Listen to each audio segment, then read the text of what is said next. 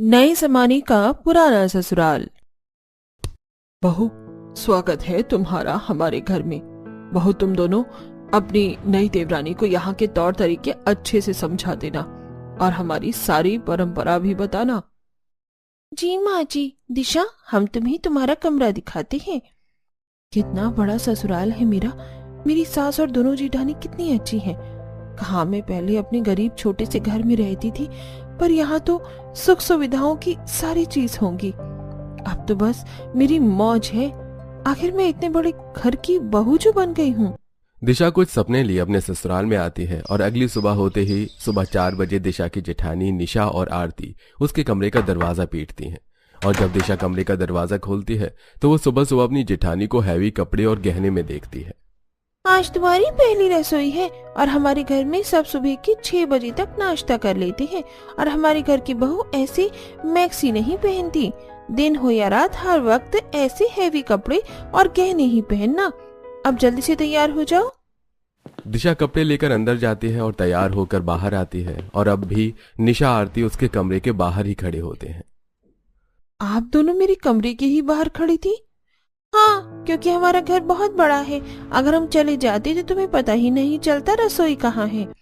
अब चलो, लेट हो रहा है और घूंघट भी कर लो। हमारे घर की परंपरा है कि बहू घूंघट में ही रहती है। दिशा अपनी जेठानी के साथ रसोई में जाती है और रसोई में जाते ही रसोई में मिट्टी का चूल्हा, बर्तन, सिलबट्टा और रसोई में फर्श न देखकर हैरान रह जाती है। हम इतने अमीर हैं, इतना बड़ा ससुराल है, फिर हमारी रसोई इतने पुराने जमाने की क्यों है?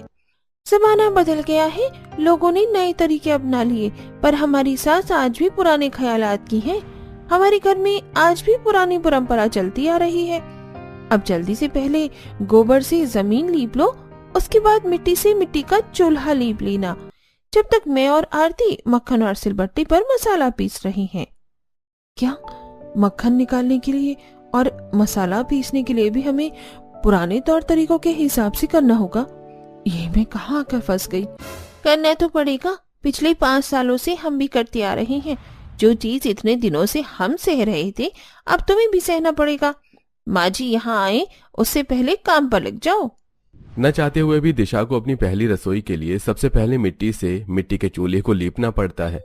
उसके बाद वो गोबर से पूरी रसोई की जमीन को लीपती है। साथ ही वो कुछ पुराने जमाने की मिट्टी के बर्तन में खाना मिट्टी के चूल्हे पर खाना बनाती है।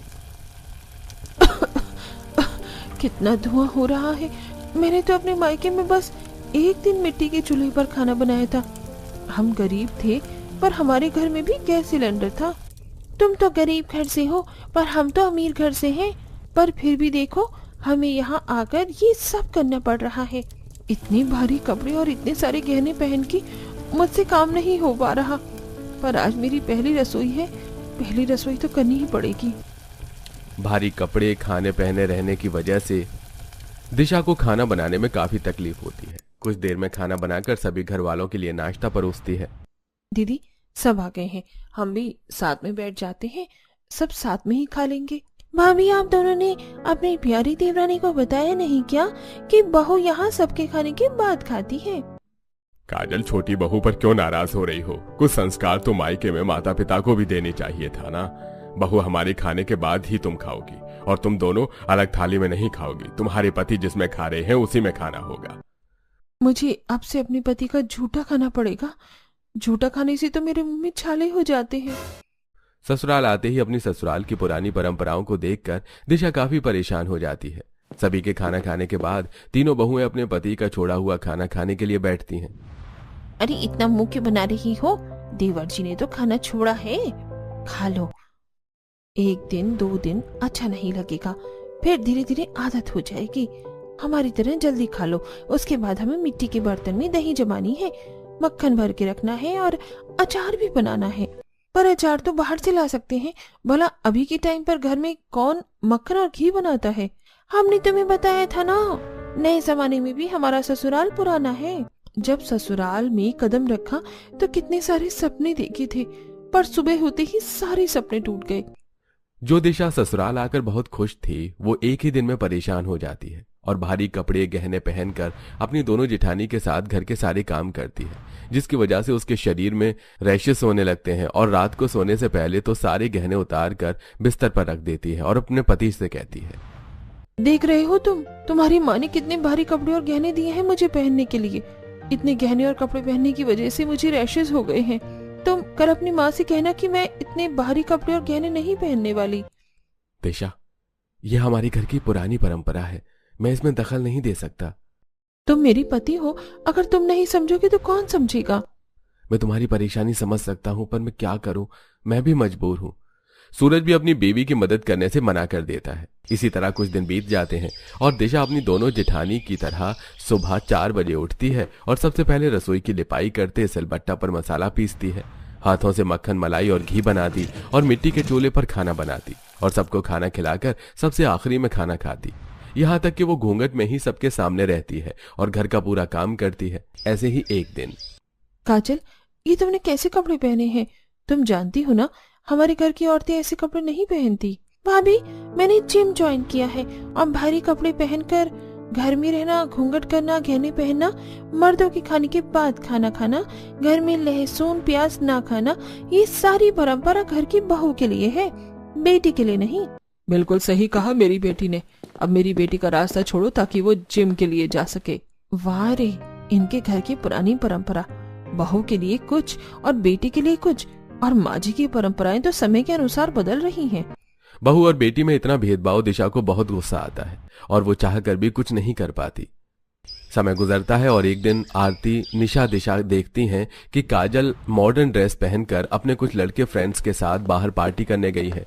दिशा भी डरते हुए अपने सास ससुर से कहती है, अगर ननद जी ऐसे मॉडल कपड़े पहनकर बाहर जा सकती हैं, तो क्या हम घर में हल्के कपड़े नहीं पहन सकते? बिना गहनों के, इन गहनों की वजह से मुझे खुजली होती है।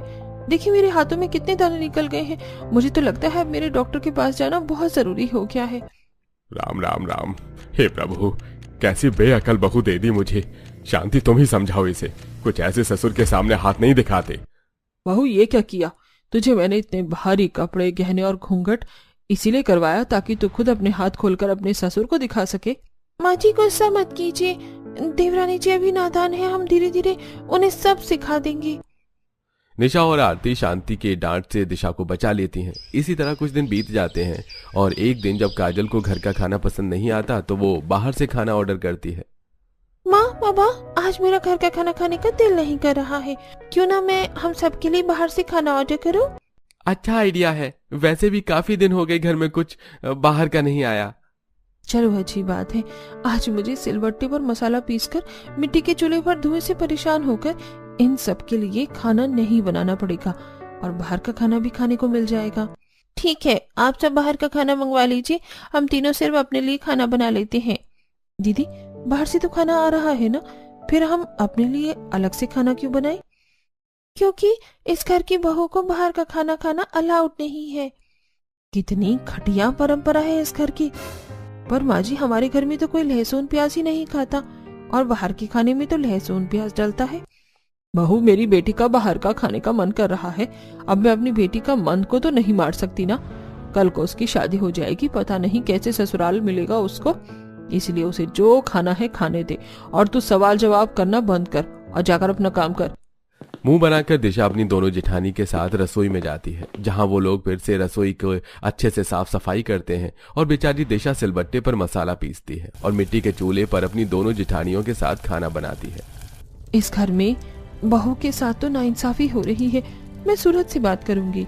कोई फायदा नहीं है बात करने का, हमारे पति भी अपनी माँ के खिलाफ नहीं जाते। ऐसे अमीर घर में शादी करने से अच्छा हम किसी गरीब घर की बहू बनती। तीनों देवरानी जेठानी इस नए दौर में अपने ससुराल की पुरानी परंपराओं को निभाती हैं। समय यूं ही बीतता है और बहुत जल्द काजल को देखने लड़के वाले आते हैं। बहू, तुम तीनों मेहमानों के सामने मत आना और जब मैं कहूँ तब घूंघट में खाना लेकर आना। अब जाओ, जाकर रसोई में काम करो। माँ जी, आपने कहा था कि आप दिशा के लिए दवाई मंगवा देंगी, उसे दवाई दे दीजिए, उसके शरीर में दाने बढ़ते जा रहे हैं। इस वक्त घर में मेहमान आ रहे हैं, बहू को बोलो एक दिन और बर्दाश्त करे। आशा बार बार बोलने पर भी अपनी बहू का दुख नहीं समझती और वो तीनों भरी गर्मी, भारी कपड़े पहने और घूंघट में पूरा दिन रसोई में बस काम करती हैं। कुछ ही देर में लड़के वाले रिश्ता पक्का करके चले जाते हैं और बहुत जल्द काजल की शादी हो जाती है। दीदी अब आएगा मजा जब हमारी ननद भी अपने ससुराल में भारी कपड़े, गहने और घूंघट में रहेगी। मुझे नहीं लगता दिशा, तुमने देखा ना शादी में बस हम 3 ही देवरानी जिठानी इतने भारी कपड़े, गहने और घूंघट में थी।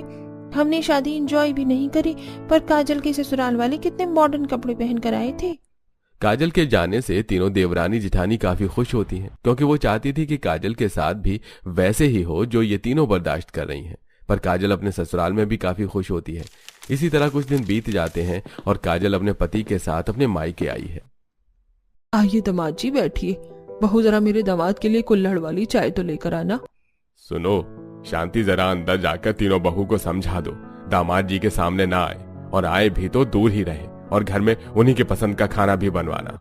अजी आप चिंता मत कीजिए, मैंने तीनों बहू को पहले से ही समझा दिया है। बड़ी बहू तो तवेला गई है दूध लेने। माँ, काजल ने मुझे बताया आप लोग लहसुन प्याज भी नहीं खाते, इसलिए मैं यहाँ 1 घंटे भी नहीं रुक सकता, क्योंकि मुझे तो रात को नॉनवेज खाने की आदत है। आप फिक्र मत कीजिए दामाद जी, हम लोग नॉनवेज नहीं खाते तो क्या हुआ, आप अपने कमरे में नॉनवेज खा लेना, हम बाहर से मंगवा देंगे। अपनी बेटी दामाद को खुश करने के लिए विनोद घर में नॉनवेज लाने की परमिशन दे देता है। यह देख सभी हैरान हो जाते हैं। कुछ ही देर में दिवाकर नाक बंद करके अपने जीजा के लिए नॉनवेज लाता है, जिसे काजल का पति अपने कमरे में ही खाता है और अगले दिन जाने की आज्ञा लेता है। यहाँ आकर बहुत अच्छा लगा, आप लोगों ने बहुत ख्याल रखा मेरा। अब 1 महीने के लिए काजल को छोड़कर जा रहा हूँ, मेरी बीवी का ख्याल रखिएगा। हाँ हाँ जीजा जी, आपकी बीवी हमारी भी बहन है, फिक्र मत कीजिए। अरे दीदी, हमने तो सोचा था शादी के बाद इससे हमारा पीछा छूटेगा, पर ये तो 1 महीने और यहीं रहेगी। अब तो हमें कोई तिगड़म लगाना ही पड़ेगा। काजल के यहाँ रुकने से तीनों बहू काफी परेशान हो जाती हैं। वे तीनों आपस में बात कर ही रही होती हैं, तभी शांति अपनी बहू से कहती है, मेरा पूरा घर अशुद्ध हो गया। बहू, तुम तीनों मिलकर आज ही पूरा घर अच्छे से साफ करो, गंगा जल से रसोई और सारे कमरे को शुद्ध करो, और सारे बर्तन, कपड़े, तकिया, बिस्तर सब अच्छे से साफ करना। पर माँ जी, नंदोई जी ने तो सिर्फ कमरे में नॉनवेज खाया था, हम क्या सिर्फ एक कमरा ही साफ कर दें? भाभी, इतनी कामचोरी अच्छी नहीं, माँ ने जो कहा है उस पर ध्यान दो। शांति के कहने पर बेचारी तीनों बहुएं काम पर लग जाती हैं। सबसे पहले वो घर के सारे सामानों को एक एक करके धोती हैं, फिर हाथों से तकिया, कवर, चादर, सारे कपड़े घर में रखा कर एक सामान अच्छे से साफ करती हैं। इसके बाद घर की दीवारों को चमकाती हैं, फिर तीनों बहू मिलकर पूरे घर की सफाई करती हैं। ये सब देख उनके पतियों को बहुत बुरा लगता है। हम कितने लाचार पति हैं, हम तुम्हारे लिए कुछ नहीं कर पा रहे। अगर आप तीनों हमारा साथ दे तो बहुत कुछ कर सकते हैं, पर दिशा, हमारे पति क्या ही कर सकते हैं?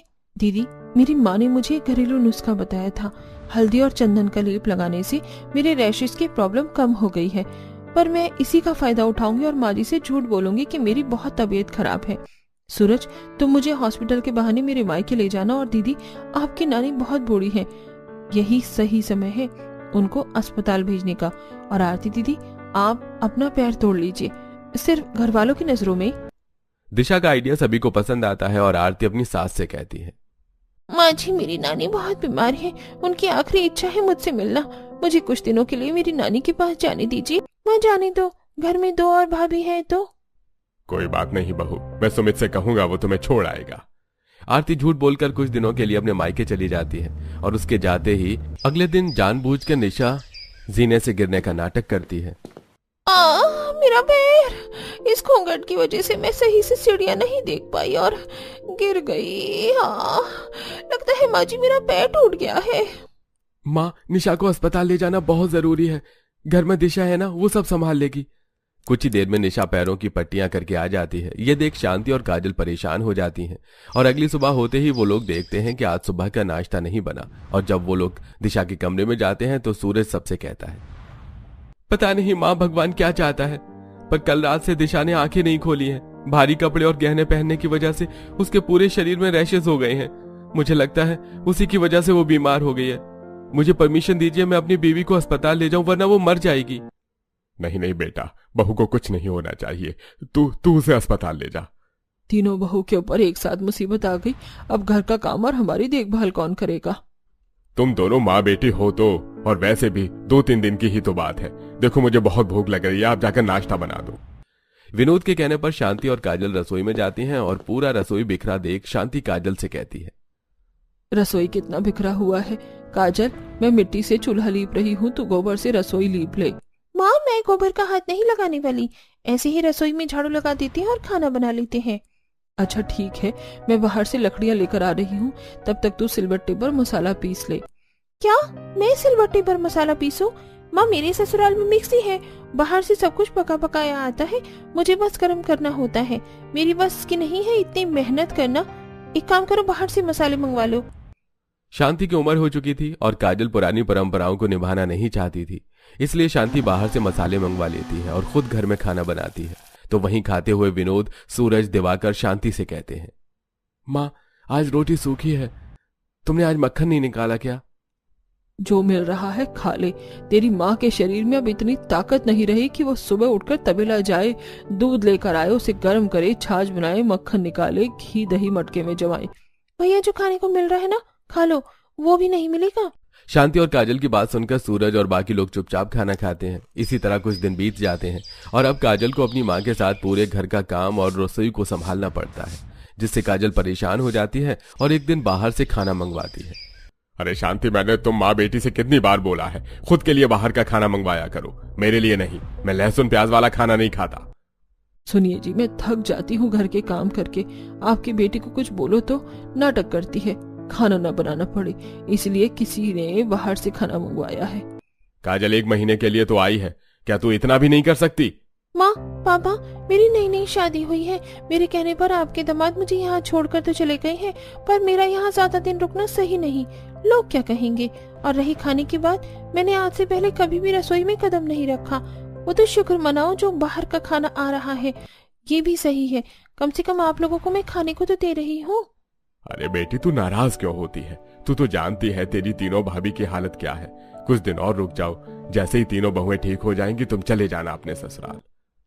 पापा, वो तो भाभी है जो पता नहीं कैसे आज के जमाने में 100 साल पुरानी परंपरा झेल रही हैं। बेचारी मेरी भाभी भूखी रहती हैं, पर फिर भी घर के लोगों को खाना खिलाने के बाद खाना खाती हैं, गोबर से घर लीपती हैं, चूल्हा लीपती हैं, मिट्टी के बर्तनों में सामान रखती हैं, मिट्टी के चूल्हे पर खाना बनाती हैं। मेरे बस की नहीं है ये सब करना, अपनी बहू से ही करवाना। मैं तो चली अपने ससुराल, वहाँ तो सब कुछ इलेक्ट्रॉनिक है और नौकर चाकर भी हैं। यहाँ मैं नौकरानी की तरह काम करूं, इससे अच्छा है कि मैं अपने ससुराल में बैठकर आराम करूं। जा बेटी, तू जा, बिल्कुल सही कह रही है तू। मैंने अपनी बहू के बारे में नहीं सोचा, शायद इसीलिए भगवान मुझे ये दिन दिखा रहा है। शांति को अपनी गलती का एहसास हो जाता है, तो वहीं काजल भी काम के डर से अपने ससुराल चली जाती है। अब अकेली शांति जब रसोई के लिए उपाय कर रही होती है तो विनोद शांति से कहता है, रहने दो, रसोई की लिपाई करने की जरूरत नहीं है। मैं रसोई में फर्श लगवाऊंगा, मिक्सी, सिलेंडर, फ्रिज और जरूरत की सारी चीजें लेकर आऊंगा, ताकि हमारी बहू को भी परेशानी ना हो और फिर कभी दोबारा ऐसे हालात हो तो हमें परेशानी ना हो। जब शांति और विनोद पर बात आती है तो वो लोग रसोई का नक्शा ही बदल देते हैं। कुछ दिनों बाद आरती अपने ससुराल आती है, तो वहीं निशा भी अपने पैरों की पट्टी खोल लेती है और दिशा भी घर आती है और उनके आते ही शांति अपने हाथों से तीनों का घूंघट हटा देती है। तुम तीनों को अब इस घूंघट में रहने की जरूरत नहीं है और ये गहने भी उतार दो और वो कपड़े पहनो जिसमें तुम कंफर्टेबल हो। हाँ बहू, हैरान होने की जरूरत नहीं है। तुम्हारी गैर मौजूदगी में हम समझ में आया कि तुम तीनों पर क्या बीत रही है, इसलिए तुम तीनों के लिए एक सरप्राइज है। तुम तीनों रसोई में जाओ। तीनों बहू रसोई में जाती हैं और मॉड्यूलर किचन देखकर काफी खुश होती हैं। दीदी, कहीं मैं सपना तो नहीं देख रही? दिशा, ये सपना नहीं, हकीकत है।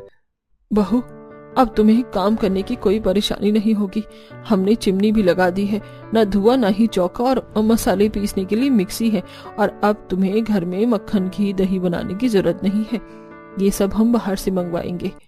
थैंक यू सो मच माँ जी। आज मुझे लग रहा है कि मैं सच में अमीर घर की बहू हूँ।